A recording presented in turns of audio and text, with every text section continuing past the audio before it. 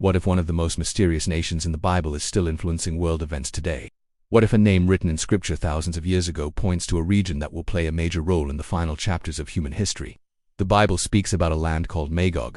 Many people have heard the name, but few understand what it means. In the book of Ezekiel, the prophet records a prophecy about a powerful leader called Gog, from the land of Magog, who gathers nations for a great conflict in the last days. Ezekiel 38:2 says, "Son of man, set thy face against Gog, the land of Magog, the chief prince of Meshech and Tubal." But where is Magog today? Is it a modern nation? Is it a symbolic place? Or could it represent a group of regions that will rise together in the last days? Stay with me, because when we search the Bible carefully, we uncover one of the most fascinating mysteries in prophecy. Who was Magog in the Bible? To understand Magog, we must go back to the beginning of biblical history.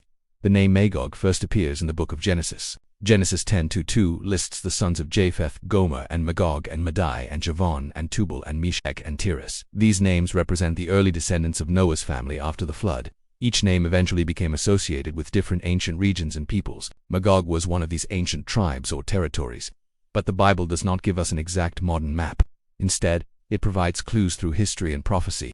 But the story of Magog does not end in Genesis.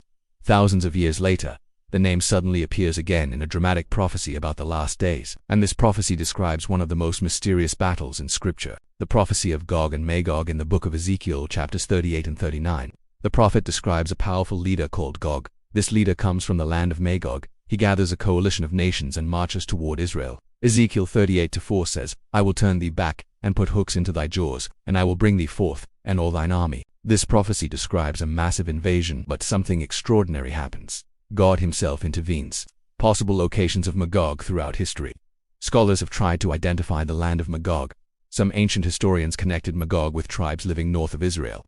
Others associated the name with regions in Eurasia. Because of this, many Bible students believe Magog represents territories north of the Middle East. However, the Bible itself focuses more on the prophetic role of Magog rather than giving a precise modern border. The important point is that Magog represents a powerful force involved in end-time events, but the prophecy becomes even more dramatic, because the Bible says that when Gog and his armies attack, God himself will defend his people, and the result will shock the entire world. God's judgment on Gog, Ezekiel 38:22 declares, "I will plead against him with pestilence and with blood, and great hailstones, fire, and brimstone."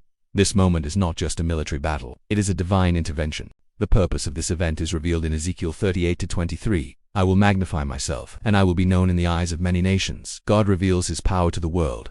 Gog and Magog in the last chapters of prophecy. Interestingly, the names Gog and Magog appear again in the ** book of Revelation. Revelation 22:8 says, "And shall go out to deceive the nations, Gog and Magog, to gather them together to battle." This shows that the imagery of Gog and Magog represents a great rebellion against God. The Bible presents this conflict as part of the final stages of history. But the prophecy does not end with war. It ends with something far greater. The return of the King. The return of Christ. The climax of prophecy occurs in Revelation 19. Heaven opens. Jesus Christ returns. Revelation 19:16 declares, "King of kings and Lord of lords."